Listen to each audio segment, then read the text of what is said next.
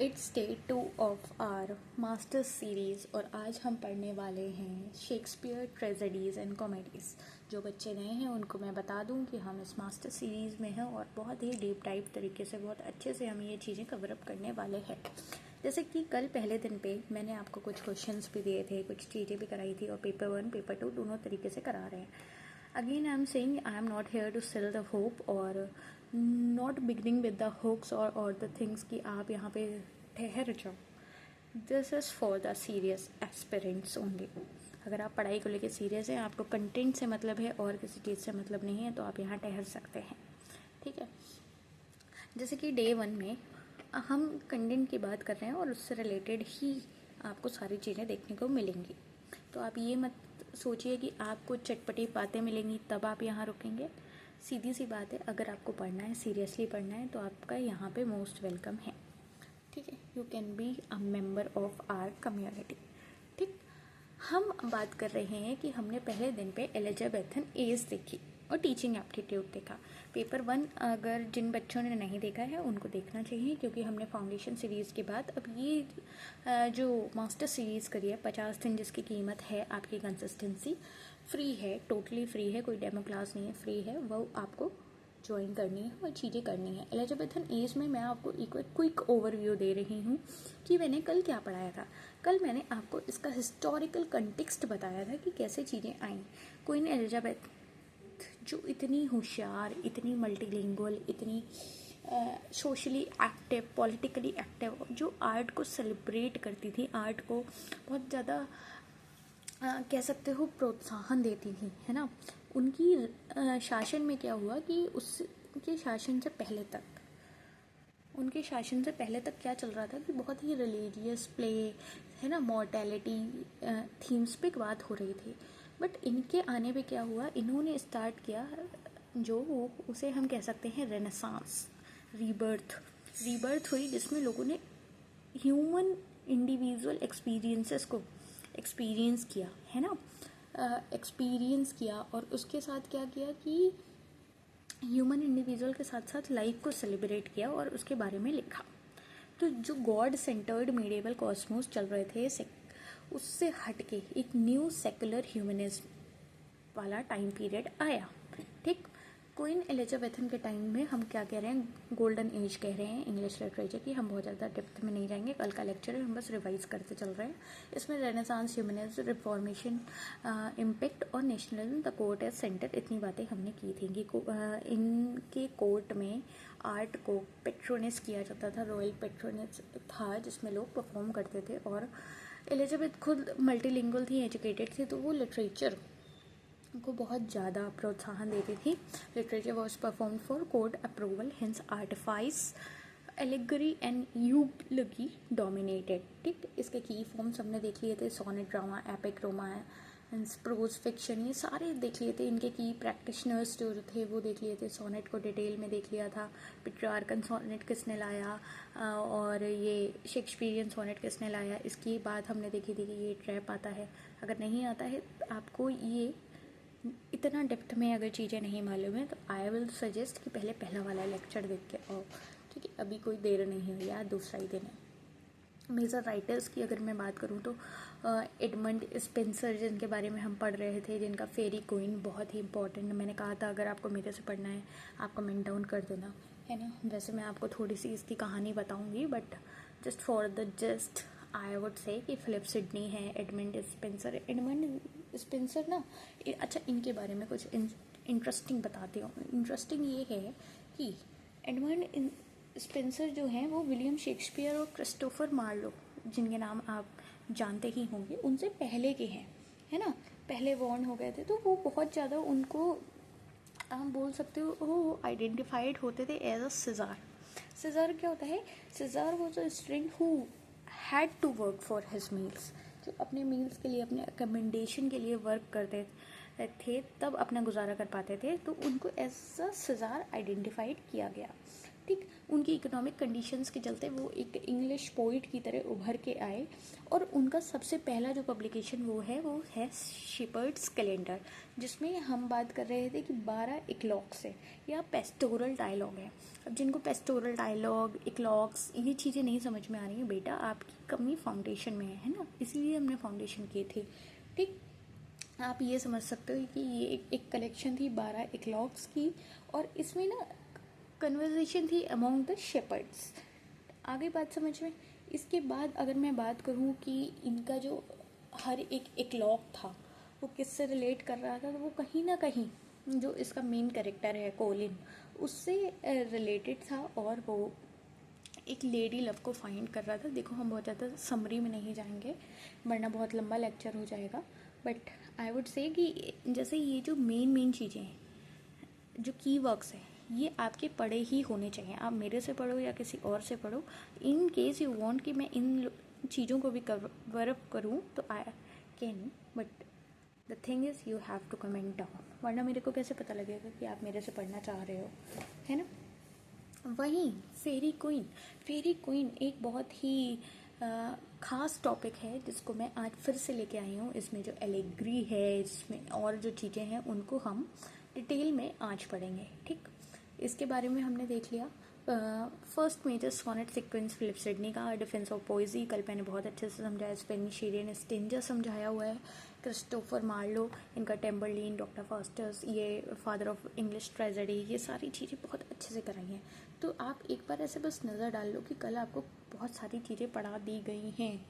ठीक है, अगर आप पीछे हैं, मैं आपको ये फील नहीं कराना चाहती कि आप पीछे हैं, बट ये रियलाइजेशन ज़रूर होना चाहिए कि आपको इससे पहले भी कुछ चीज़ें कवर अप करनी है। ठीक, आप कुछ इधर पढ़ रहे हो, कुछ इधर पढ़ रहे हो, कुछ इधर चैनल पे, कुछ उधर चैनल पे, तो बिखरे हुए मत पढ़ो। आपके लिए 50 दिन में इससे लीस्ट नंबर ऑफ डेज में चीज़ें नहीं कराई जा सकती। पेपर 1 और पेपर 2 दोनों चीज़ें आपको 50 दिन में इकट्ठी कराई जा रही हैं, वो भी इतना ज़्यारफ लेवल डीप कंटेंट के साथ में खास बात ये है कि आपको फिर PYQs भी कराए जाएंगे। आपको थ्योरी नहीं दी जा रही है, आपको सिर्फ कीवर्ड्स दिए जा रहे हैं जो आपको याद रखना है। बस आपकी चॉइस क्या है कि रोज़ का रोज़ याद करना है। ठीक, इतनी बातें आ गई समझ में। चलो, फेरी क्वीन का वैसे कल मैंने थोड़ा सा बताया था कि इसकी जो बुक्स हैं वो क्या क्या डिस्क्राइब कर रही हैं, किस किस से रिलेटेड हैं, कौन कौन नाइट है, क्या कौन कौन विलन है, ये सारी चीज़ें हमारी थी। ठीक है, इसके बाद मैंने कुछ क्वेश्चंस दिए थे, कॉन्टेक्स्ट बताया था, वो सारी चीज़ें बताई थी। अब आज हम क्या पढ़ेंगे, ये इसके आंसर्स इन केस आपने नहीं दिए तो आपको देने हैं। ठीक, चलो अभी बताओ, अभी वीडियो पॉज करके बताओ, who is credited with introducing blank words into English literature, बताओ। अब आए हैं हम अपने डे 2 की ट्रेजेडीज़ एंड कॉमेडीज़ पे। ठीक, सबसे पहला भ्रम जो लोगों को रहता है कि शेक्सपियर तो बस सोनेट ही लिखते थे। नहीं भाई, उन्होंने ट्रेजेडीज़ भी लिखी हैं, कॉमेडीज़ भी लिखी हैं, है ना। तो to study Shakespeare is to study human nature in all its complexity.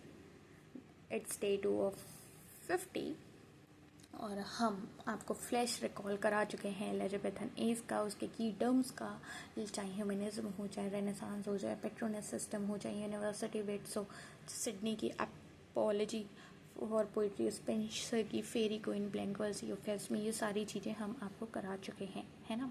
In case आपको आता है तो आप कैसे रिवाइज करेंगे, इस वीडियो को यहाँ पॉज करेंगे, हर एक टर्म को पकड़ेंगे और अपने दिमाग में सोचेंगे कि आपको इसके बारे में क्या पता है। That's how you can revise. ठीक, अब हम चलते हैं थोड़ा सा डीप डाइव शेक्सपियर के पास। Shakespeare, the man, the context, the method. Shakespeare का जो टाइमलाइन वो है 1564 to 1660। इन्होंने ड्रामा को इन्वेंट नहीं किया बट इसको ट्रांसफॉर्म्ड किया था। ठीक है, ये बात याद रखना कि इन्होंने ड्रामा को इन्वेंट नहीं किया, इन्होंने ट्रांसफॉर्म किया था। और एलिजाबेथ जैकोबिन ट्रांजिशन के बीच में काम करते हुए इन्होंने जो क्लासिकल फॉर्म्स थी लाइक ट्रेजेडी, कॉमेडी, इनको psychologically dense, philosophically rich experiences के साथ ट्रांसफॉर्म किया। ठीक है, इन्होंने कुछ प्लॉट्स ऐसे फ्रीली बोरो किए। कहाँ से किए? इटालियन नॉवलास से। वो क्या होराशियो से, होलिनेस से और प्लूटार्च से। ठीक है, इन्होंने ये प्लॉट्स बोरो करके उनको एक इंटीरियोरिटी दी, मतलब एक इनर लाइफ ऑफ करेक्टर्स दी, एक ऐसी चीज़ें बनाई जिसमें करेक्टर्स की अपना रोल है, करेक्टर्स की अपनी इनर लाइफ को दिखाया गया है। तो शेक्सपियर्स ने ये काम किया है। ठीक है, he is associated with the globe theatre. कल मैंने बताया इन्होंने ग्लोब थिएटर बिल्ड कराया था, ओपन ईयर 1599 डायरेक्ट ईयर भी आ जाता है। ठीक है, and the king's men royal acting company, his first folio was published in 1623, posthumously in 1623 by Heminges and Condell. इतनी बात याद रहेगी। ठीक है, क्या क्या याद रखना है कि बॉन्ड कहाँ हुए हैं, Stratford upon Avon. Globe theatre इनसे एसोसिएटेड इनने कराया। ये क्या है, मेंस कंपनी क्या है, एक्टिंग कंपनी। फर्स्ट फोलियो कब है, 1623। इनका 37 प्लेज है, 154 सोनेट्स हैं, और ये कब रिलेटेड है, एलिजाबेथन जैकोबियन एरा में। इतनी बात आ गई। चलो अगली बात पे हम जाते हैं, जो हम आपसे कह रहे थे कि फेरी क्वीन हम आपको आज कराएंगे। ये डे 1 लिंक दिख रहा है, इसलिए दिख रहा है यहाँ, इसलिए है क्योंकि जो फेरी क्वीन है 1590 का, ये बिगेस्ट वर्क है एलिजाबेथन एज का। कब का, एलिजाबेथन एज का बिगेस्ट वर्क है। इतना बार बार जोर क्यों दिया जा रहा है, क्योंकि ये इम्पॉर्टेंट है बेटा। इसमें हमने शेक्सपियर और स्पेंसर के बारे में और क्रिस्टोफर मार्लो और भी सारे पोइट्स के बारे में पढ़ा है ना। बट द थिंग इज़ कि शेक्सपियर और स्पेंसर को काफ़ी बार एमसीक्यूज़ में सेम तरह से बताया गया है ना। तो अब हम ये देखना चाहेंगे कि एलिगरी जो मैंने आपको कल बताया था कि काफ़ी टाइप्स की एलिगरी जो इनका फेरी क्वीन में छुपी हुई हैं स्पेंसर की, वो क्या है। एलिगरी का सबसे पहला मतलब ये है कि a concept tested across multiple theory questions. मतलब कोई बात आपको बताई जा रही है, उसके पीछे का जो उद्देश्य है, उसके पीछे की छुपी हुई जो उसका लेसन है, वो क्या है, एलिगरी। ठीक, व्हाट इज़ फेरी क्वीन। सबसे पहले ये समझो कि फेरी क्वीन एक बहुत ही लॉन्ग पोएम है। ठीक, बहुत लॉन्ग पोएम है जो बताती है a story on 2 levels at once. The surface story, एक सरफेस स्टोरी है जो बता रही है कि बहुत सारे नाइट्स हैं अलग अलग लेवल पे, अलग अलग बुक्स में, 6 बुक्स हैं ना, याद आया, 6 बुक्स है ना। तो अलग अलग लेवल पे बहुत सारे नाइट्स हैं, उनके अपने एडवेंचर चल रहे हैं, वहाँ पे विलन भी हैं। और ये 2 लेवल पे है। 2 लेवल का मतलब मैं आपको बताती हूँ, रुको आसानी से समझो। हाईलाइट होता रहेगा तो आपको दिखता रहेगा कि अच्छा यहाँ पे है, हाथों को तो आप इग्नोर मार दोगे। 2 लेवल्स हैं। 2 लेवल्स कैसे हैं, एक सरफेस स्टोरी, एक हिडन स्टोरी। सरफेस स्टोरी क्या कह रहा है, सरफेस स्टोरी कह रहा है कि हर एक नाइट का अपना एडवेंचर चल रहा है, एक विलन भी है। हिडन स्टोरी ये है कि उसका डीपर मीनिंग है, virtues of a good Christian gentleman and queen, जो बता रहा है कि अच्छाई की बुराई पे जीत होती है और कैसे अच्छे लोगों को होना चाहिए, उनके वर्च्यूज़ बता रहा है, डिफरेंट वर्च्यूज़ को बता रहे हैं। जो एडमंड स्पेंसर ने इस चीज़ को लिखा था क्वीन एलिजाबेथ के लिए एज अ लिटरेरी ट्रिब्यूट। आ गया किसके लिए लिखा था, क्वीन एलिजाबेथ के लिए लिखा था। मुझे नहीं पता मैं आपके लिए और ज़्यादा इंटरेस्टिंग कैसे बनाऊंगी, बट कोशिश ज़रूर करूँगी कि आपको बोरियत ना हो। ये क्या है, एक एपिक पोएम है। एपिक पोएम है, किस में है, 9 लाइन स्टेंजा में है। स्पेंसर ने जो खुद के लिए इन्वेंट कर दी थी, और इसलिए इसको क्या कह दिया गया, स्पेंशियरियन स्टेंजा। हाँ, अभी तक जो आप सोच रहे होंगे ना कि ये इतनी किताबें हैं तो इसमें थ्योरी फिक्शन नहीं, दिस इज़ एपिक पोएम। इसमें 9 लाइन स्टेंजा है जो स्पेंसर ने खुद से इन्वेंट किया, और इसको कहा गया स्पेंशियरियन स्टेंजा, जिसमें 8 लाइन्स है आयम्बिक पेंटामीटर की, और एक फाइनल लाइन है आयम्बिक हेक्सामीटर की। इसकी राइमिंग स्कीम क्या है, राइमिंग स्कीम है ABA BBC BCC। ठीक, राइमिंग स्कीम याद रखना आ जाता है। ठीक है, जिनको आयम्बिक पेंटामीटर नहीं पता, आयम्बिक हेक्सामीटर नहीं पता, बेटा कहाँ कौन सी दुनिया में हो ये बताओ। अच्छा सुनो, आपको ज़रूरी नहीं है कि सारी चीज़ें एक वीडियो में मिल जाएं। अब जैसे आपको पेंटामीटर नहीं मिला मालूम, अगर आयम्बिक हेक्सामीटर नहीं मालूम, तो आप ये दूसरे से एक्सपेक्टेशन मत रखो कि ये अभी तुरंत बता देंगी। अगर नहीं बताया जा रहा है, वैसे तो मैं बता ही देती हूँ, अगर नहीं बताया जा रहा है तो आप उतना कॉन्शियस रहो अपनी लर्निंग में कि आप वीडियो पॉज करो, आप एक बार गूगल पर सर्च कर लो कि आइमिक पेंटामीटर क्या होता है, तुरंत पता लग जाएगा, है ना। या गूगल से नहीं समझ में आता, भाई अपना चैट जीपीटी से पूछ लो, वो और इजी वे में बता देगा, बताने को तो वो सब कुछ बता देगा, हमारा पढ़ना नहीं का कोई मतलब ही नहीं रह जाएगा। बट थिंग इज़ कि जो ये छोटी छोटी सी चीज़ें हैं, छोटी छोटी सी चीज़ें हैं, इनको थोड़ा सा अपने आप रिसर्च करोगे ना तो चीज़ें ज़्यादा याद रहेंगी, ठीक। आइम्बिक पेंटामीटर कितने 8 लाइन्स में होता है, और एक फाइनल लाइन में क्या होता है, आइम्बिक हेक्सामीटर होता है। राइमिंग स्कीम क्या होती है वो मैंने आपको बता दी। स्पेंसर ने सोचा था कि 12 बुक्स लिखेंगे, हर बुक एक वर्च्यू बता रही होगी, लेकिन हुआ क्या कि केवल 6 बुक ही कंप्लीट हो पाई और कुछ फ्रेगमेंट्स हो पाए, ठीक है। तो आपको याद क्या रखना है कि पब्लिश हुई थी कब, 1590 में, पहली दूसरी तीसरी और चौथी पाँचवीं छठी 1596 में हुई थी। डेडिकेटेड थी क्वीन एलिजाबेथन के लिए, एपिक है, एलेगरी है, रोमांस है, ये सारा कंबाइन है। स्पेनिशियन स्टेंजा, इसकी राइमिंग स्कीम आ जाती है। प्लान की थी 12 बुक्स, केवल 6 लिखी गई। इतनी बातें याद रखोगे, अच्छी बात है। 4 लेयर्स जो हैं जो आपको याद ही रखने हैं हर हाल में, वो क्या याद रखने हैं, ये याद रखने हैं, आप ऐसे समझ सकते हो कि think of allegory like onion, जैसे एक अनियन है उसमें बहुत सारी लेयर्स हैं, है ना, और हर एक लेयर का अपना मीनिंग है। वैसे ही उन्होंने एलेगरी को डिस्क्राइब किया है अपने एक लेटर में, किसको लिखा था। ये वो डेप्थ वाली चीज़ें हैं जो आपको ऐसे फ्री कोर्स में नहीं मिलती हैं, बट अभी मिल रही हैं तो फ़ायदा उठा लो, ठीक है। यही डेप्थ होती है कि एलिगरी डिस्क्राइब तो की, लेकिन कहाँ करी, अपने लेटर में, किसके लिए, sir Walter Raleigh, called a letter to Raleigh. और यहाँ पे क्या लेयर्स बताई हैं, यहाँ पे लेयर्स इन्होंने बताई हैं कि पहली एक लेटरल सरफेस बताई है कि एक्चुअल स्टोरी क्या बता रही है। एक्चुअल स्टोरी किसकी है, नाइट्स की, बैटल्स की, क्वेस्ट की, जो फेरी लैंड में हो रही है, जिसमें हमारा जिक्र आ रहा है पहली किताब में रेड क्रॉस का। रेड क्रॉस एक नाइट है जो मॉन्स्टर्स से लड़ रही है और ऊना को बचा रही है, ठीक है। ऐसा समझो, अगर आपने नहीं पढ़ी है तो ऐसे समझो कि एक कहानी है जिसमें एक ये नाइट है रेड क्रॉस, ये मॉन्स्टर्स से लड़के ऊना को बचा रही है। तो इसमें एक लिटरल सरफेस की बात ये हो गई, सरफेस लेवल की बात ये हो गई कि एक्चुअल स्टोरी नाइट्स से, बैटल्स से, क्वेस्ट से, इनसे रिलेटेड है।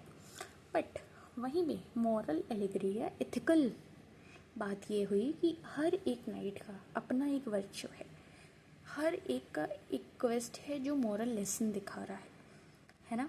जैसे रेड क्रॉस क्या बता रहा है, होलीनेस, पवित्रता, ज्ञान, टेम्परेंस, ब्रिटमेंट, चस्टिटी, ठीक। तो हर एक इंसान अपना कुछ एक वर्च्यू दिखा रहा है, वो क्या हो गया, हमारा मॉरल लेसन। पॉलिटिकल या हिस्टोरिकल हम बात करें तो character represent real Elizabethan people and event, ये एलिजाबेथन टाइम के जो रियल पीपल थे उनको दिखा रहा है। तो ये पॉलिटिकल और हिस्टोरिकल हो गया। जैसे आप ये समझिए कि ग्लोरिनिया, जैसे फेरी क्वीन हम रिप्रेजेंट किए हैं, वो किसके लिए है, असल में वो क्वीन एलिजाबेथन फर्स्ट है। या फिर जो ड्यूसा है वो मेरी क्वीन ऑफ स्कॉट्स है, कैथोलिक चर्च की। रिलीजियस स्पिरिचुअल क्या है कि जर्नी है, the soul's struggle towards the salvation. ये वाला जो प्रोटेस्टेंट का पर्सपेक्टिव है ये भी दिखाया गया है। आप कैसे याद कर सकते हैं, LMPR 4 बार बोलो, याद हो जाएगा। LMPR क्या है, लिटरल, मॉरल, पॉलिटिकल, रिलीजियस। हर एक का आपको एग्जाम्पल दिया गया है, हर एक चीज़ का आपको बताया गया, याद हो जाएगा। अब हम बात करते हैं कि जो 6 किताबें हैं वो रिप्रेजेंट क्या करते हैं। वो ये रिप्रेजेंट करती हैं कि पहली बुक में जैसे कि हीरो जो है हमारा है वो है रेड क्रॉस नाइट, ठीक। ये पवित्रता दिखा रहे हैं, ठीक। क्या दिखा रहे हैं, पवित्रता, होलीनेस, ज्ञान, टेम्परेंस दिखा रहे हैं। जो एक वुमेन वॉरियर है, जो आपको याद रखना है इनका नाम, ब्रेटोमार्ट याद रखना बेटा, ठीक है। ये क्या दिखा रही हैं, चस्टिटी। ट्राइमोंड और कैम्बल क्या दिखा रहे हैं, फ्रेंडशिप। आर्टिकल क्या दिखा रहे हैं, जस्टिस। और कैलेडोर क्या दिखा रहे हैं, कर्टिसी, ठीक है। आगे समझ में आ जाओ, थोड़ा सा और समझ लेते हैं, ज़्यादा कठिन नहीं है, थोड़ा सा है, समझो बस। थोड़ा सा क्या है कि जैसे हम बात करें ग्लोरियाना, ग्लोरियाना, जैसे हम कह रहे हैं द फेरी क्वीन, ये कौन किसको रिप्रेजेंट कर रही है? क्वीन एलिजाबेथ फर्स्ट को। In her public political role plus glory as an abstract virtue. ये जो आपको छोटी छोटी सी चीज़ें दिख रही हैं ना, ये तो इतना ही अच्छा है। यही छोटी छोटी सी चीज़ आपके जो MCQ बन जाते हैं और आपको परेशान करके बड़ी चीज़ करा देते हैं, समझे? ऐसा समझो कि ये कैरेक्टर्स आपको जितना इस PDF में आपको चीज़ें दी जा रही हैं वो तो भूलनी ही नहीं है, क्योंकि थ्योरी नहीं है कि हम आपको 10 लाइन दें और कहें कि बस एक लाइन याद रखो। नहीं, हम आपको वो 10 लाइन देंगे ही नहीं, हम आपको 10 लाइन ऐसी देंगे कि आपको याद हो जाए, वही 10 लाइन मेन रहे। ठीक। ग्लोरियाना क्या है कि ये क्वीन एलिजाबेथ फर्स्ट को रिप्रेजेंट कर रही हैं, उनके पब्लिक और पॉलिटिकल करियर रोल की तरह, है ना? करियर बेटा। ऊना क्या है? ये ट्रुथ और ट्रू प्रोटेस्टेंट चर्च को रिप्रेजेंट कर रही है। She is always weld, truth is always hidden until the weld. देखो, ये हमेशा पर्दे में है। इसका आप जो सरफेस लेवल पे हैं वो कह सकते हैं ये पर्दे में है, बट इसका रियल मीनिंग क्या निकल रहा है कि सच जो है, ऊना जो सच को रिप्रेजेंट कर रही हैं, उन क्या मतलब निकल रहा है कि सच हमेशा छुपा हुआ होता है जब तक उसको उभारा ना जाए, रिवील ना किया जाए। ड्यूसा represent falsehood, the Catholic Church and the Mary Queen of Scots. She appears beautiful but is rotten inside. जो क्या बता रहा है? डिसेप्शन, कि बाहर से तो सुंदर है, बाहर से तो सब कुछ अच्छा है, लेकिन अंदर से सब कुछ खराब है, तो वो डिसेप्शन। आर्कीमैगो रिप्रेजेंट कर रहा है हिपोक्रेसी को, master of illusions, false prize, pop figure. ठीक। आर्थर, प्रिंस आर्थर को appears in all book as a helper. ये सबसे ज़्यादा ऐसे वो नाइट रहा है जो हर बुक में आया है एज अ हेल्पर, और जहाँ पे बहुत चीज़ें बिगड़ गई थी वहाँ पे इन्होंने संभाला है। प्रिंस आर्थर, इन्होंने क्या रिप्रेजेंट किया है? Magnificence, the master virtue date contains all other virtues. एक ऐसा मास्टर वर्च्यू जिसके अंदर और सारी खूबियाँ हैं। वर्च्यूज़ का मतलब क्या है? खूबियाँ। ब्लेटेंट बीस्ट, बुक 6 में जो है, a monster that represent slander humour and social malice, it can never be fully tamed. आ गया समझ में? चलो, सबसे ज़्यादा क्या आता है? ये आता है कि ग्लोरिनिया जो है वो क्या रिप्रेजेंट कर रही हैं। अब तो आपको इतना याद हो गया होगा कि ये क्वीन एलिजाबेथ फर्स्ट को रिप्रेजेंट कर रही हैं। ऊना किसको? ट्रुथ प्रोटेस्टेंट चर्च को। ड्यूसा फॉल्सेट को, कैथोलिक चर्च को, मैरी क्वीन ऑफ स्कॉट्स को। ये आपसे पूछे जाते हैं, ये 3 तो पूछे ही जाते हैं, तो ये 3 तो मत भूलना। आप अगली चीज़ मत भूलना, वो ये है कि Spencer called Arthur the embodiment of magnificence, not holiness, not perfection। क्या बोला है? इनको मास्टर बोला है, ये नहीं बोला है कि इनके होलीनेस, परफेक्शन, ये सारी चीज़ नहीं। इन्होंने बोला है कि the supreme virtue that holds all 12 virtues together. इतना याद रखना, ये ट्रैप है। ठीक है। अगली बात, अब हम आ जाते हैं अपने शेक्सपियर जी पे, शेक्सपियरियन ट्रेजेडी। अच्छा, ये कल वाला पार्ट था जो मैंने डिटेल में नहीं बताया था, तो बता दिया है ना, वरना आज का हमारा मेन टॉपिक जो है वो है शेक्सपियरियन ट्रेजेडीज़ एंड कॉमेडीज़। तो शेक्सपियर के बारे में हमने देख लिया कि वो क्या हैं, वो किससे एसोसिएटेड हैं, क्या नहीं है। अब उनके साथ में हमने ये क्या हुआ, कोई बात नहीं, उसके साथ में हमने देख लिया कि Shakespearean tragedy, architecture and philosophy हम देखते हैं। शेक्सपियर जो है वो इनहेरिट करते हैं Aristotle tragic framework but significantly modified it. In Aristotle tragedy involve the hamartia fatal flaw. हम एरिस्टोटल के बारे में जब पढ़ते हैं तो हमने जाना कि जो उनकी ट्रेजेडी का एक रवैया था, एक चीज़ था, एक आर्किटेक्चर था, उसमें हमर्शिया जरूर होता था जो कथारसिस की तरफ ले जाता था। हमर्शिया क्या होता है? एक फेटल फ्लॉ होता है। कैथारसिस क्या है? पुरगेशन ऑफ इमोशन या प्योरिफिकेशन ऑफ इमोशन। तो ऐसी वाली चीज़ चल रही थी, बट शेक्सपियर ने क्या किया, इस स्ट्रक्चर को रखते हुए इसको लेयर कर दिया। Existential questioning, political ambition, psychological disintegration and cosmic disorder. ठीक है। अच्छा, इतनी बातें आ गई समझ में। शेक्सपियर ने क्या किया कि एरिस्टोटल का जो ट्रेजेडी वाला उनका चीज़ थी कि हमेशा होगा एक कोई ना कोई फेटल फ्लॉ होगा जो कैथारसिस की तरफ ले जाएगा, उसको समझते हुए उस स्ट्रक्चर को मेंटेन रखते हुए उसको लेयर कर दिया existential questioning, political ambition, psychological disintegration और कॉस्मिक डिसऑर्डर। इतनी बात आ गई समझ में। चलो आगे सुनते हैं कि हुआ क्या। हुआ ये कि जो AC Bradley landmark study Shakespearean tragedy 1904 argued that Shakespeare tragic heroes are distinguished by their exceptional greatness paired with a single fatal flaw, a formula that dominated 20th century criticism though later scholars complicated it. हुआ क्या, हुआ ये। अच्छा, इस सबसे पहले मैं आपको एक बात बताती हूँ। ये बात बताता चाहती हूँ कि हम जो भी पढ़ रहे हैं,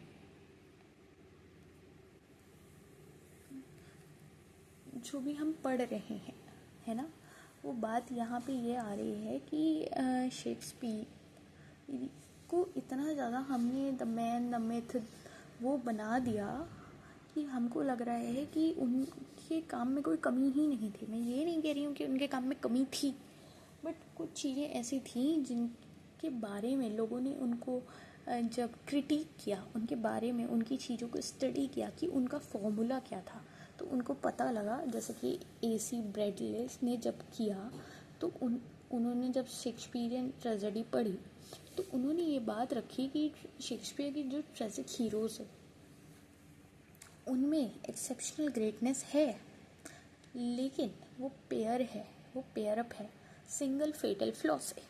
फेटल फ्लॉ क्या है? हमारे एरिस्टोटल का कॉन्सेप्ट, अ फॉर्मूला जिसने डोमिनेट किया 20th सेंचुरी क्रिटिसिज्म को, लेकिन बाद में कुछ स्कॉलर आए जिन्हें कॉम्प्लिकेट कर दिया। अभी इतनी चीज़ मत समझो, जितना बताया जा रहा है पहले उतना समझो। जैसे कल बच्चों को था कि आपने फेरी क्वीन उतना डिटेल में नहीं बताया। मैंने इसलिए नहीं बताया क्योंकि मुझे आज बताना था। मैं कल ही आपको सारी चीज़ें उतनी ज़्यादा डिटेल में पहले ही दिन पे आपको उतना ज़्यादा खिला देती है, आप डाइजेस्ट कैसे करते हैं, है ना। तो कुछ चीज़ों के अपने मायने हैं, आपको फिर चलते रहना है, गो इन द फ्लो, आपको सारी चीज़ें कराई जाएंगी।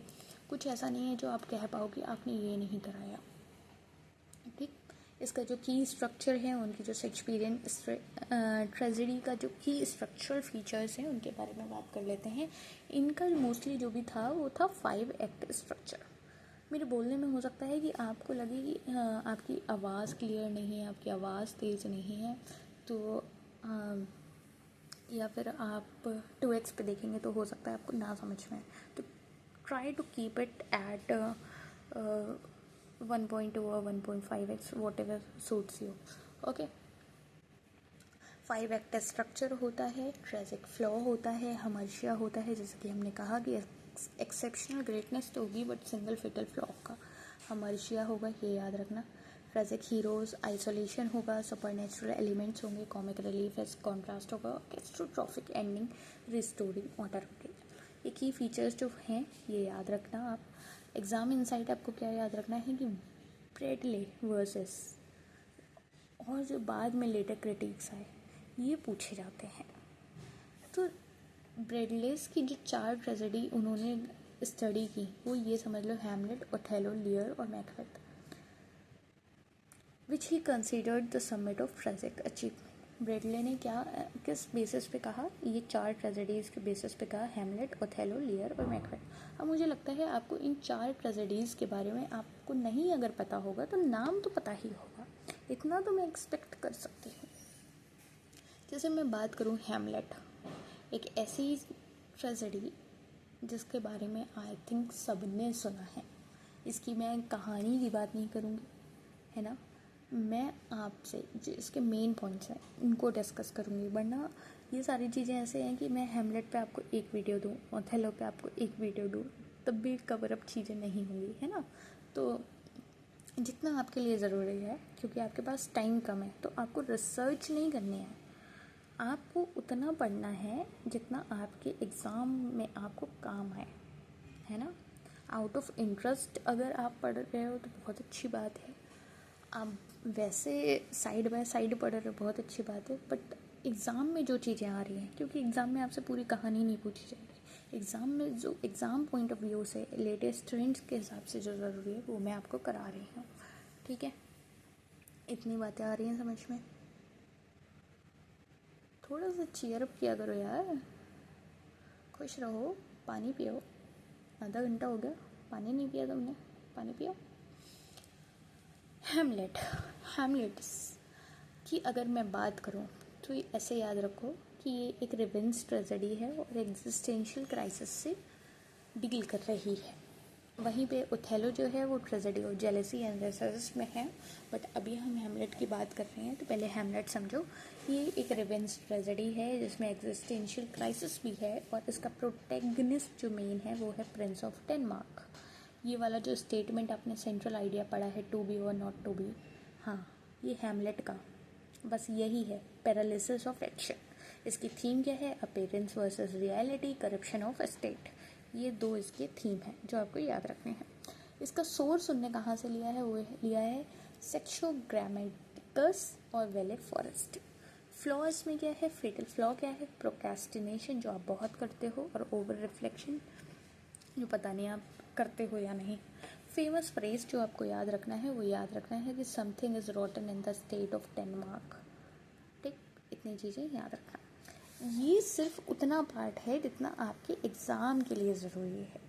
इसकी कोई कहानी मैं आपको नहीं बता रही हूँ, कुछ नहीं बता रही हूँ, क्योंकि कुछ बच्चे ऐसे होंगे जो लास्ट टाइम पे देख रहे होंगे, ये वैसे भी देख रहे हैं। Out of curiosity you want to deep dive into Hamlet, Othello, Macbeth, you can, but main चीज़ें ये ऐसी हैं जो आपको नहीं भूलनी है। और इफ़ यू वांट कि मैं कवर अप करूँ, आप मेरे को बता दो, कमेंट डाउन कर दो, बिना कमेंट डाउन करे कुछ नहीं होगा, ठीक। हैमलेट हमने बात कर ली, रिवेंज ट्रेजेडी है, एग्जिस्टेंशियल क्राइसिस है, प्रोटैगनिस्ट कौन है? प्रिंस ऑफ डेनमार्क है, सेंट्रल आइडिया क्या है? टू बी और नॉट टू बी वाला पैरालिसिस ऑफ एक्शन वाली बात है। थीम क्या है? Appearance versus reality, corruption of state, ठीक। हैमलेट के बारे में हो गया। ओथेलो के बारे में अगर हम जानें तो ओथेलो क्या है कि ये tragedy of jealousy and racism है। जेलसी और रेसिज्म के चलते जो हमारा मेन प्रोटैगनिस्ट है वो है Moorish general in Venetian service, और विलन आइगो जो मोटिवलेस मेलिग्निटी में रिलेटेड है। इसका थीम क्या याद रखना है? लव, रेस, डिसेप्शन, हॉनर, और इसका सोर्स क्या है? सिंथियोक्ली है का, हाँ I don't know what you can pronounce it, but this is what it is. I don't know. गलत पढ़ने से अच्छा है कि आपको बता दो, आप होशियार हो तो आप जान लो, है ना। फ्लॉ क्या है यहाँ पे? क्रूडिलिटी और इनसिक्योरिटी। यहाँ पे क्या है? प्रोक्रेस्टिनेशन और ओवर रिफ्लेक्शन। प्रोक्रेस्टिनेशन क्या है कि वो एक्ट बहुत बाद में कर रहा है, तो वही प्रोक्रेस्टिनेशन है। ओवर रिफ्लेक्शन है कि सोच बहुत ज़्यादा रहा है और एक्ट बहुत बाद में कर रहा है, जो वहाँ पे दिक्कत वाली बात रही है। यहाँ पे क्या है कि हैंडकरचीफ जो रुमाल है वो एक सेंट्रल सिंबल बन गया है ना। इन दो के बारे में आगे समझ में। Hamlet, Othello. अगला किंग लेयर तो सबने भी पढ़ा होगा, मैकबेथ जैसे सबने पढ़ा होगा। किंग लेयर क्या है कि tragedy of old age, power and filial ingratitude, जहाँ पे डिवीज़न ऑफ किंगडम हो रहा है, केओस है, पॉलिटिकल भी पर्सनल भी, मतलब वो वाली चीज़ है कि अपने जो राजा हैं वो अपनी बेटियों के बीच में किंगडम बांट रहे हैं। उनने झूठी बुराई करी, याद आ रहा है कुछ? झूठी बुराई करी और जिसने सच्चाई किया उसको उन्होंने डिसोन कर दिया, वो वाली चीज़, ठीक। इसमें क्या है, मैं अगर आपको बताऊं तो ये है division of kingdom, chaos, fool as truth teller, alter ego की बात हो रही है। थीम क्या है? नथिंग, ब्लाइंडनेस, लिटरल और मेटाफोरिकल। लिटरल कैसे है कि इंसान को झूठ ही सच लग रहा है ना। रिडेम्पटेशन है। सोर्स इसका आपको याद रखना है, होलेंस क्रॉनिकल्स है। फ्लो क्या है? प्राइड, वैनिटी, रेशनेस, और बाद में बचा कुछ भी नहीं, ठीक। मैकबेथ में क्या है? Tragedy of ambition and guilt, shortest of the fourth great tragedies. Macbeth I think आपने पढ़ा ही होगा, जिसमें वो विचेस थी जिन्होंने बताया था कि तुम राजा बनोगे और उसके चलते उन्होंने उनको मारा। ऐसा विचेस ने नहीं मारा, आपस में बहुत सारी कहानी हुई। मुझे लगता है आपने पढ़ा होगा, आपको मालूम होगा, अगर नहीं मालूम है you can tell. Lady Macbeth थी जो एम्बिशन, साइकोलॉजिकल कोलैप्स के चीज़ें रिलेटेड थी। Source होलिनेस्ट chronicles. फ्लॉ क्या था? Vaulting ambition. और written for kings James first Jacobean kingship थी। इतनी 4 चीज़ें आ गई समझ में। इसमें आप इतना ही समझो, ठीक। कुछ और ट्रेजेडीज़ हैं जो आप इग्नोर नहीं कर सकते, बट उनके बारे में आपको बहुत ज़्यादा जानने की भी ज़रूरत नहीं है। जैसे रोमियो जूलियट, आपने नाम सुना ही होगा, जिसमें यंग लव था, फैमिली फ्यूड, मतलब वो किस्मत के चलते, लेकिन नॉट फ्लॉड रिबन ट्रेजेडी, ठीक है। रोमियो जूलियट, मुझे नहीं लगता इसके बारे में आपको समझाने की ज़रूरत है। ये हमको कहाँ मिली है? Arthur Brooke's Romeo Juliet. Julius Caesar जो हम लोग पढ़ते हैं अपने स्कूल टाइम में, पॉलिटिकल ट्रेजेडी है जो, जहाँ पे ब्रूटस एक्टिव ब्रूट सबका फेवरेट वो होता है। Brutus as the noble tragic hero honourable man था। एंटोनी, याद आ रहा है? कुछ याद आ रहा है? Manipulated crowd, demo mob, psychologically, ये सारी चीज़ें थी, ठीक। Romeo Juliet, Julius Caesar, Antony and Cleopatra, जिसमें ट्रेजेडी था लव का वर्सेस ड्यूटी। रोमन वर्ल्ड था, है ना, इजिप्टियन वर्ल्ड, ये सारी चीज़ें थी। ये ऐसी चीज़ें हैं जो आपको बस ऐसे नाम याद रखने हैं कि अच्छा ये इससे रिलेटेड है, ये इनसे रिलेटेड है। कोरिलिनस जो पॉलिटिकल ट्रेजेडी थी, इन सब में आप ये चीज़ एक नोटिस कर लो कि इनका आप वो याद रखो कि Romeo Juliet young love related था, Julius Caesar political tragedy, Antonio and Cleopatra tragedy of love versus duty, और फिर Roman world versus Egyptian world जो किससे रिलेट कर रहा था? रीजन वर्सेस पैशन, ठीक। ये याद रखना कि Bradley excluded it from the four, but it's critically significant. और टाइमन ऑफ एथेंस, ये वाली चीज़ एक और याद रखना, जिसमें मिज़ेंथ्रोपी थी और ये फील्ड फिलेंथ्रोपी भी था जिसमें, ठीक। अब हमने ट्रेजेडी देख ली, अब हम देख रहे हैं शेक्सपियरियन कॉमेडी, जिसका आर्किटेक्चर और फिलोसफी हम बात करेंगे। देखो, ट्रेजेडी आपको कौन कौन सी याद रखनी, एक बार देख लो। 4 जो हैं वो मेन तो याद रखनी ही रखनी है। कौन कौन सी? Hamlet, Othello, King Lear, Macbeth, ये 4 याद रहेंगी, ठीक है। और कौन कौन सी याद रखनी है? Romeo Juliet, Julius Caesar, Antony Cleopatra, Coriolanus, Timon of Athens, इतनी याद रहेंगी। अब हम कॉमेडी पे आ जाते हैं। अच्छा, ट्रेजेडी प्लस कॉमेडी क्या होता है? Tragic comedy. तो अभी हमने ट्रेजेडी देख ली, अब हम कॉमेडी देख रहे हैं। कॉमेडी में क्या है कि Shakespeare's comedies operate on entirely different logic. They move from disorder to order, from confusion to resolution, and almost end in marriage, social harmony restored. But they are not lightweight. They deal with gender, power, disguise, and social anxiety. मैं आपको बताना चाहूँगी कि जो Shakespeare केवल sonnets के लिए आप लोग याद रख लेते हो, बट वो उनकी ट्रेजेडीज़ भी हैं, कॉमेडीज़ भी हैं, सोनेट्स भी हैं। और कॉमेडी उनका बहुत लाइट वेट कॉमेडी नहीं थी कि आपको बस एंटरटेनमेंट के लिए हो। वो ऐसी कॉमेडी थी जो gender, power, disguise, social anxiety से डील करते हुए एक लॉजिक में चल रही थी, like disorder to order, confusion to resolution, और हमेशा मतलब ऑलमोस्ट वो मैरिज पे जाके एंड हो जाती थी। जैसे आप याद रख लो Northrop Frye in anatomy of criticism. ये कौन है? एक क्रिटिक है। इन्होंने क्या किया कि आइडेंटिफाई किया शेक्सपियर्स की जो कॉमेडी है उन वो फॉलो कर रही हैं green world pattern. Again I am saying, ये जो चीज़ें आपको बताई जा रही हैं, डीप टाइप कराई जा रही हैं, ये फ्री बैच वाली चीज़ें नहीं हैं, समझ रहे हो? ये वो चीज़ें हैं जो महंगे महंगे 25-25 हज़ार, 30-30 हज़ार के कोर्स में, कुछ नहीं तो 10,000 वाले कोर्स भी बिक रहे हैं मार्केट में, वहाँ वाली चीज़ें हैं ये। बट हम आपको फ्री में दे रहे हैं। क्यों दे रहे हैं? कि भाई पढ़ लो, भाई पढ़ लो। Characters escape a harsh law bound society. देखो ये क्या बता रहे हैं? ये बता रहे हैं कि जो शेक्सपियर है, नॉर्थरोप क्या बता रहे हैं कि इन्होंने एक चीज़ आइडेंटिफाई की कि जो शेक्सपियर्स की कॉमेडी है वो ग्रीन वर्ल्ड पैटर्न फॉलो कर रही हैं। जहाँ पे जो कैरेक्टर्स हैं वो स्केप कर रहे हैं। क्या कर रहे हैं escape? A harsh law bound society into a pastoral magical space, green world, a forest and island where transformation happens and they return to the social world renewed. ऐसे चीज़ बता रहे हैं कि कुछ कैरेक्टर्स हैं जो स्केप कर रहे हैं अपनी रियलिटी से, हार्श लॉ बाउंड सोसाइटी से, और एक मैजिकल वर्ल्ड में जा रहे हैं, पेस्टोरल स्पेस में जा रहे हैं, जिसमें हम कह रहे हैं ग्रीन वर्ल्ड, एक ऐसा फॉरेस्ट जहाँ पे वो ट्रांसफॉर्म हो रहे हैं, ट्रांसफॉर्मेशन हैपन हो रहा है और वो वापस लौट के आ रहे हैं सोशल वर्ल्ड में एक नए अवतार में। ठीक, क्रिटिकल डिस्टिंक्शन वाली बात ये है कि तुमको ये याद रखना है कि जो नॉर्थरोप हैं उन्होंने कहा है कि mythos of spring, the comedy is the movement from winter to spring. Mythos of spring का मतलब क्या है? Comedy is the movement from winter, that is death और लॉ, टू स्प्रिंग, रिन्यूअल और मैरिज। हमने देखा वो ग्रीन वर्ल्ड आर्किटेक्चर फॉलो कर रहे हैं। क्या फॉलो कर रहे हैं कि डिसऑर्डर टू ऑर्डर जा रहे हैं, कन्फ्यूज़न टू रेजोल्यूशन जा रहे हैं, एक हैप्पी एंडिंग मैरिज में जा रहे हैं। हैप्पी एंडिंग मतलब एक सोशल हार्मनी में जा रहे हैं।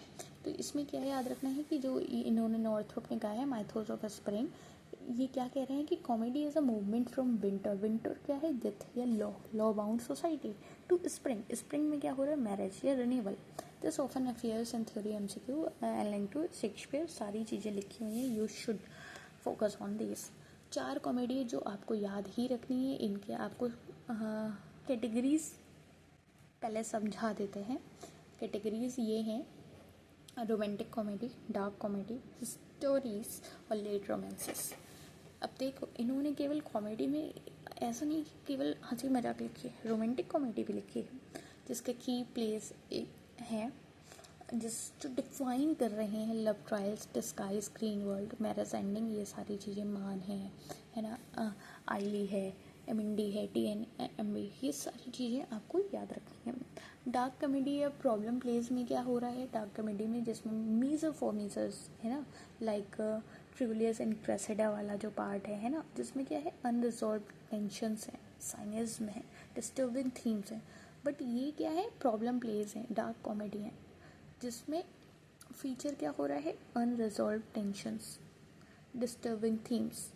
ठीक, स्टोरीज में क्या है? Henry IV, Henry V, Richard III, Richard II, इसमें हिस्ट्री रिलेटेड है, लाइक इंग्लिश किंगशिप हो गई, पॉलिटिकल लेजिटिमेसी हो गई, वॉर हो गया, वो क्या में आ गई? उन्होंने हिस्ट्रीज में डाल दी। लेट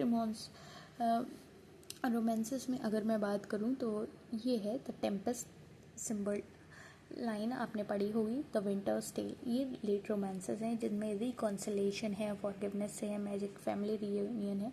जिन बच्चों को यहाँ देख के लगा होगा कि आपने ये क्या बता दिया, AYLY क्या है? As you like it. MND क्या है? Midsummer night dream. TN क्या है? Twelfth night. MV क्या है? Merchant of Venice. MAAN क्या है? Much ado about nothing. और AWW क्या है? AWW ये पढ़ा, AWW ये क्या है? All's well that ends well. ये सारे शेक्सपियर्स के वर्क हैं। अब मैंने यहाँ पे मान पढ़ा था, है ना, तो कुछ बच्चों को लगा होगा अच्छा शेक्सपियर ने मान लिख दी, प्रेमचंद वाली चीज़ इन्होंने लिख दी। नहीं भाई, ये शॉर्ट में लिखा है आपका दिमाग घुमाने के लिए। ठीक है, की रोमांटिक कॉमेडीज़ जो आपको याद रखनी है: अ मिडसमर्स नाइट ड्रीम, जो मोस्ट ड्रीम लाइक कॉमेडी है, अगर आपने अभी तक नहीं पढ़ी है यू शुड रीड, जिसमें 3 वर्ल्ड हैं, एक एथेनियन कोर्ट, एक मैकेनिकल्स और एक फेरी रिल्म। ठीक, इसका थीम क्या है? Imagination versus reason. और बॉटम ट्रांसफॉर्मेशन क्या है? फॉली ऑफ रोमांटिक रोमांस, क्योंकि ये हम रोमांटिक कॉमेडीज़ की बात कर रहे हैं। द मर्चेंट ऑफ वेनिस आपने पढ़ी होगी, कॉमेडी विद डार्क अंडरटोन्स, है ना, जिसमें शाइलॉक्स की पाउंड ऑफ फ्लेश वाली बात है ना, कॉमेडी है या प्रॉब्लम प्ले है। इसमें सेंट्रल डिबेट क्या है कि mercy versus justice, antisemitism, bond versus love, ये casket test, appearance versus reality. अब बात ये है, जो मैं ये कह रही हूँ आपने पढ़ी ही होगी, मैं इसलिए कह रही हूँ क्योंकि आप को मैं कंसीडर कर रही हूँ, आप पोस्ट ग्रेजुएट के स्टूडेंट हैं, तो अभी आपने ग्रेजुएशन में, पोस्ट ग्रेजुएशन में ये सारी चीज़ें पढ़ी ही होंगी, है ना। नहीं पढ़ी हैं तो बताओ मेरे को एक बार, थोड़ी सी और बात करते हैं। Much ado about nothing. Much ado about nothing में क्या है, दो प्लॉट्स हैं। उसमें क्या क्या है, लैंग्वेज एज अ वेपन है। दो प्लॉट्स में क्या है, बीट्राइस या वेंटिक कह लो, जो विट है, स्पैरिंग है ना। वो किसके साथ है, हीरो या क्लॉडियो। जो कन्वेंशनल रोमांस वाली बात आ जाती है, ये पहला लिटरेरी एग्जाम्पल है sparring lovers who end up together. आई बात समझ में, ठीक है।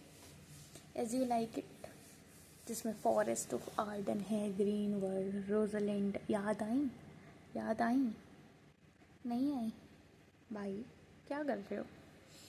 Pastoral tradition meets witty self. देखो, जो बच्चे फाउंडेशन क्लियर करके आ रहे होंगे उनको ये सारे नोट्स बड़े अच्छे लग रहे होंगे कि अच्छा एज यू लाइक इट, अच्छा ये इसके बारे में ये लिखा है, क्योंकि ये मास्टर सीरीज़ है ज़ेआरएफ लेवल। और जो बच्चे फाउंडेशन क्लियर करके नहीं आ रहे हैं उनको ये लग रहा होगा पता नहीं क्या पढ़ा देती हैं, समझ रहे। Twelfth night. अब अगर आप, मैं ये नहीं कह रही हूँ कि आप इनके बारे में बहुत पूरा पढ़ो, मैं ये कह रही हूँ कि आपको इसका जिस्ट मालूम होना चाहिए कि इसमें क्या कहानी है, थोड़ा सा जो फ्री टाइम हुआ करे उसमें ऐसे देख लिया करो कि अच्छा आप देख लेती हैं एज यू लाइक इट में क्या कहानी हुई थी, है ना। ऐसे करके थोड़ा सा टाइम निकालो खुद से, जब तक नहीं करोगे तब तक नहीं आएगा। अब तो रिसर्च वाले बच्चे हो रहे हो ना। Twelfth night most perfect romantic comedy है, जिसमें हम बात कर रहे हैं कि लव, इल्यूजन और टाइम पैसेस, ये 3 थीम्स हैं। आगे समझ में, चलो। कुछ लेट रोमांसेस हैं जो फाइनल फेज था उनका, जिसमें शेक्सपियर के जो फाइनल पेज थे जिनको हमने कहा है रोमांसेस या ट्रेजिक कॉमेडी, जिसमें ट्रेजेडी भी थी और कॉमेडी भी थी, दोनों था, ठीक। They combine tragic darkness with comic redemption. इतनी बात याद रहनी चाहिए। जिसमें लॉस है कुछ लॉस जो सफ़रिंग की तरफ ले जा रहा है, सफ़रिंग से हम रिकन्सिलेशन की तरफ जा रहे हैं। ये हमारा स्ट्रक्चरल आर्क था। हर चीज़ का अपना एक आर्किटेक्चर है। हमने ट्रेजेडी का देखा, हमने कॉमेडी का देखा, अब हम ट्रेजिक कॉमेडी जो फाइनल लेट रोमांसेस है उनका भी देख लिया कि लॉस होगा, कुछ सफ़रिंग होगी, कुछ रिकन्सिलेशन होगा। ये अभी जो लेटेस्ट में दिसंबर वाला नेट हुआ था उसमें जो क्वेश्चंस थे उसमें क्या था कि आपको किसी भी एक स्टोरी का, फिक्शन का या पोम का कुछ लाइंस दे दिए हैं, है ना। कुछ लाइंस को आपको करेक्ट ऑर्डर में लगाना है, नो मैटर आपने उनका नाम भी नहीं सुना होगा। तो वहाँ पे आप अंदाज़ ऐसे ही लगा सकते हो कि अगर शेक्सपियर रिलेटेड कोई भी चीज़ उठ के आ गई, क्योंकि ऐसा तो है नहीं उन्होंने गिनती की 2-4 चीज़ें लिखी, कहीं से भी कोई भी लाइन उठ के आ गई तो आपको एक वो स्ट्रक्चर पता होगा, इसलिए आपको वो स्ट्रक्चर पढ़ाया जा रहा है कि अगर शेक्सपियर की ट्रेजेडी है तो क्या स्ट्रक्चर होगा, कॉमेडी है तो क्या स्ट्रक्चर होगा, लेट रोमांसेस हैं तो क्या स्ट्रक्चर होगा, क्या होगा कि लॉस होगी, फिर सफरिंग होगा, फिर रिकन्सिलेशन होगा। तो अगर लाइंस आती हैं या पैरा आता है तो आप उसको रीअरेंज कर पाओगे, दैट्स द थिंग, ठीक। रिकन्सिलेशन हो गया, these are rich in symbolism and are sometimes read as Shakespeare's farewell to art. यह आ सकता है कि शेक्सपियर्स फेयरवेल टू आर्ट किन्हें कहते हैं, तो उनके लेट रोमांसेस को कहते हैं tragic comedies. The Tempest, the Winter's Tale, Cymbeline. Tempest में क्या है, एक मैजिशियन है, आ रही है याद नहीं आ रही है, जिसमें पावर, आर्ट, फॉरगिवनेस और एम्पायर थीम है। मैं आपको सिर्फ थीम बताऊंगी, बाकी आप ये ऐसे पढ़ो और मैं तो कहूँगी कि इनके बारे में थोड़ा सा खुद से रिसर्च करके जानो। द विंटर्स टेल और सिम्बलाइन। विंटर्स टेल में क्या हो रहा है, faith and art restoring what time destroyed. Cymbeline में क्या हो रहा है, इनको हम कहते हैं लीस्ट सक्सेसफुल स्ट्रक्चरली, जिसमें कॉम्प्लेक्स मेल हीरोइज्म है, ठीक। ये क्या ब्लेंड कर रही है, इसमें रोमांस भी है, हिस्ट्री भी है और पेस्टोरल भी है। फिर आते हैं हमारे प्रॉब्लम प्लेस, जिन्हें हम डार्क कॉमेडीज़ भी कहते हैं, जिसको आपको याद रखना है। ये याद रखो कि जो फ्रेडरिक वोएस, इन्होंने एक टर्म कॉइन किया था प्रॉब्लम प्लेस 1896 में, for the plays that resist need comic resolution. जैसे हमारे पास कुछ है, all's well that ends well, measure for measure, Troilus and Cressida and sometimes Hamlet. इनको क्या कहा गया, प्रॉब्लम प्ले, जो किसी न किसी प्रॉब्लम से डील कर रहे थे, these play have unsatisfying endings, इनकी एंडिंग्स भी बहुत अच्छी नहीं रही हैं इन केस आपने पढ़ी हो, है ना। जो मॉरली एम्बिगस कैरेक्टर्स रख रहे हो, अनरिजॉल्व टेंशंस हैं, है ना। They ask questions rather than answer them. इसमें आपको क्या याद रखना है कि प्रॉब्लम प्ले किसने कॉइन किया था। सबको लगता है कि शेक्सपियर ने ही किया होगा, बट इट्स नॉट करेक्ट। तो क्या नाम याद रखना है, ये नाम याद रखना है, ठीक। ना ब्रेडले हैं, ना नॉर्थरोप हैं, क्या हैं, फ्रेडरिक है। अब हाई यील्ड पॉइंट्स आपको कुछ बता देते हैं कि AC ब्रेडले जिन्होंने पढ़ी थी, है ना, शेक्सपियर ट्रेजेडी कौन कौन सी पढ़ी थी, Hamlet, Othello, King Lear, Macbeth, ठीक। मोटिप्लस मेलिग्निटी किससे रिलेटेड है, कॉलरिज ऑन आइगो जो ओथेलो में थे, villain with not adequate reasons for evil. Northrop Frye की ग्रीन वर्ल्ड जो उन्होंने बताया कि साइट ऑफ ट्रांसफॉर्मेशन कैसे, एनाटॉमी ऑफ क्रिटिसिज्म दिया, प्रॉब्लम प्लेस किसने टर्म कॉइन किया अभी बताया मैंने, कौन कौन से प्रॉब्लम प्लेस आ रहे हैं वो सारी चीज़ें बता रही हूँ। Jan Kott, Shakespeare our contemporary, Lear as an absurdist drama, Shakespeare as an existentialist playwright. ये किनका कहना था, जेनकोट।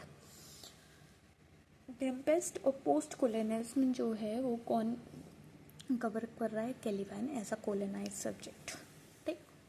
फर्स्ट फोलियो 1623 अभी बताया था मैंने, शुरुआत में ही बताया था। सोनेट इनकी फॉर्म क्या थी, 3 क्वार्टरेंस प्लस 1 कपलेट जिसमें आइमिक पेंटामीटर था, जिसकी rhyming scheme AB AB CD CD EF EF GG rhyming scheme थी। यहाँ पे वोल्टा कहाँ पे आ रहा है, इनकी जो शेक्सपियर का सोनेट फॉर्म है इसमें वोल्टा कहाँ पे आता है बताओ, कल ही पढ़ाया है मैंने, कमेंट डाउन करो कहाँ पे वोल्टा आएगा। टर्न। हिस्ट्रीज में 2 टेट्रालॉजीज हैं, चाहे हम बात करें हेनरी 6 की 1 to 3 और रिचार्ड की 3rd। पहली ये हो गई, दूसरी कौन सी है, Richard 2 plus Henry 4 plus Henry 5। सोच टेक्स्ट मैंने हर चीज़ के बताए हैं आपको अभी ऊपर टेबल में, ट्रेजिक विजन इन लेयर और रेडिकल ट्रेजेडी भी बताई है, इतनी बात हमने कर ली। अब ये आपको हम दे रहे हैं एक स्मार्ट टेबल जिसमें हमारे पास क्रिटिक्स हैं और कुछ कंपैरिजंस हैं, ठीक। क्रिटिक्स हैं और कुछ कंपैरिजंस हैं, ये देखो, ये काम है आपका होमवर्क का। कैसे, ये सारी चीज़ें हमने आपको पढ़ा दी हैं, अब आपको ये खुद से पढ़ना है। क्या खुद से पढ़ना है, जैसे AC ब्रेडले का जो उन्होंने वर्क किया है शेक्सपियरियन ट्रेजेडी, उसमें उन्होंने क्या किया है कि उन्होंने बताया है कि शेक्सपियर ऐसा करते थे कि ट्रेजिक हीरो को एक एक्सेप्शनल ग्रेटनेस के साथ एक फेटल फ्लॉ देते थे, और इन्होंने 4 ट्रेजेडी सबमिट की हैं। कौन कौन सी, अभी बताइए, दिमाग कहाँ है, कॉलरिज, नॉर्थरोप फ्राई, जेनकोट, अभी इन सब का बताया है, तो ये सब आपको खुद पढ़ना है, ठीक। चाहे तो स्क्रीनशॉट ले लो, चाहे तो ऐसे ही समझ लो, बट आपको करना ये खुद से है, क्योंकि ये सारी चीज़ें आप जब तक खुद से एक बार नहीं पढ़ोगे ऐसे उंगली रख के, तब तक आपको याद नहीं होंगे। ये आपको याद करना है, कल पूछूंगी मैं, ठीक है। और भी सारे हैं, आप ये पढ़ोगे हो जाएगा। वैसे ही एक स्मार्ट टेबल मैंने दी है हैमलेट की, ओथेलो, किंग लियर, जिसमें उनके सारे वर्क हैं।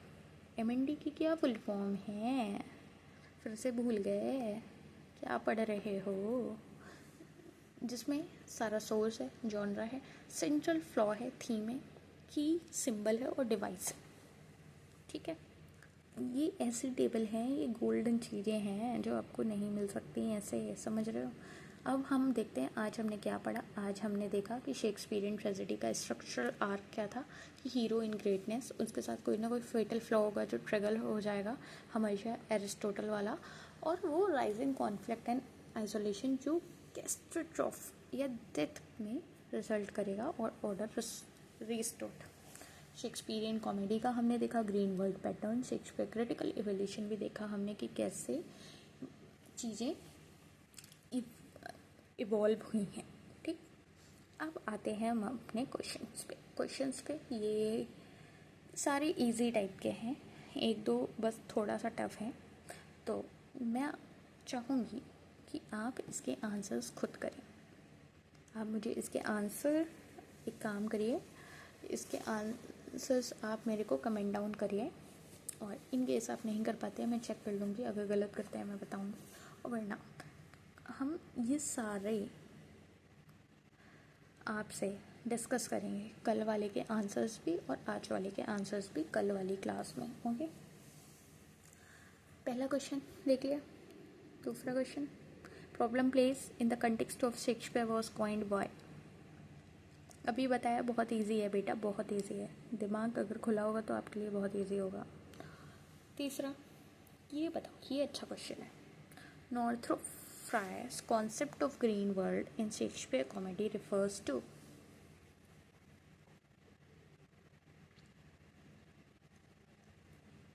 चौथा, ये सारे अच्छे क्वेश्चंस हैं, इनके आंसर्स आपको देने हैं, तभी आप एक अपना असेसमेंट कर पाएंगे कि आपने कितने अच्छे से पढ़ा है। ठीक, which play by Shakespeare was written by Aimé Césaire as Une Tempête with Caliban as an anti colonial figure. ये आपके एमसीक्यू में आज मतलब एग्ज़ाम में आ जाए ना, आपको कि पता नहीं कहाँ से चीज़ें आ जाती हैं,